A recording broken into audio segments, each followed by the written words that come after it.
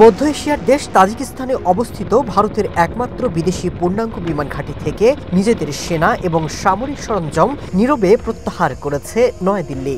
আইনি বিমান ঘাঁটি থেকে সেনা সরিয়ে নেওয়ার মধ্য দিয়ে প্রায় 2 দশক ধরে ওই অঞ্চলে ভারতের সামরিক উপস্থিতির অবসান ঘটল। আইনি বিমান ঘাঁটি থেকে সেনা প্রত্যাহারের পর ওই অঞ্চলে ভারতের দীর্ঘমেয়াদী কৌশলগত প্রভাব নিয়ে প্রশ্ন উঠছে। আয়নি বিমান ঘাঁটি তাজিকিস্তানের রাজধানী দুশানবের কাছাকাছি অবস্থিত। সোভিয়েত আমলে নির্মিত হয় এই ঘাঁটিটি। সোভিয়েত ইউনিয়ন ভেঙে যাওয়ার পর যা অচল হয়ে পড়ে। 2002 সালে দ্বিপক্ষীয় চুক্তির আওতায় তা সংস্কারের দায়িত্ব নেয় ভারত। $8 কোটি বিনিয়োগ করে ঘাঁটিটি আধুনিক করে গড়েও তুলেছিল। উদ্দেশ্য ছিল ওই ঘাঁটি থেকে সহজে চায়না, পাকিস্তান, আফগানিস্তান এবং রাশিয়ার উপর নজরদারি চালানো। আপনার জন্য অবকাশ যাপনের আর বিনিয়োগের সেরা পছন্দ হতে পারে সল্ট বে, যেখানে বিলাস আর প্রশান্তি মিলেমিশে একাকার।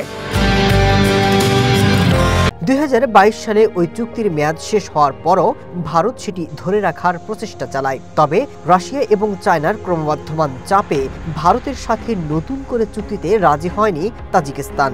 এরপরই ভারত ধীরে ধীরে নিজেদের কর্মী এবং সরঞ্জাম সরিয়ে নেয় এবং পুরো প্রক্রিয়াটি অত্যন্ত নীরবে সম্পন্ন হয়।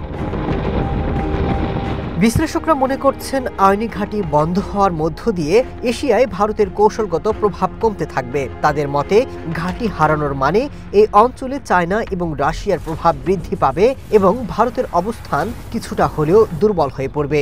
একই সাথে এটি প্রমাণ করে যে ভারত এখনও প্রতিবেশী অঞ্চল ছাড়িয়ে দীর্ঘমেয়াদী সামরিক উপস্থিতি ধরে রাখতে সক্ষম হয়নি। Masud Rana, one international desk.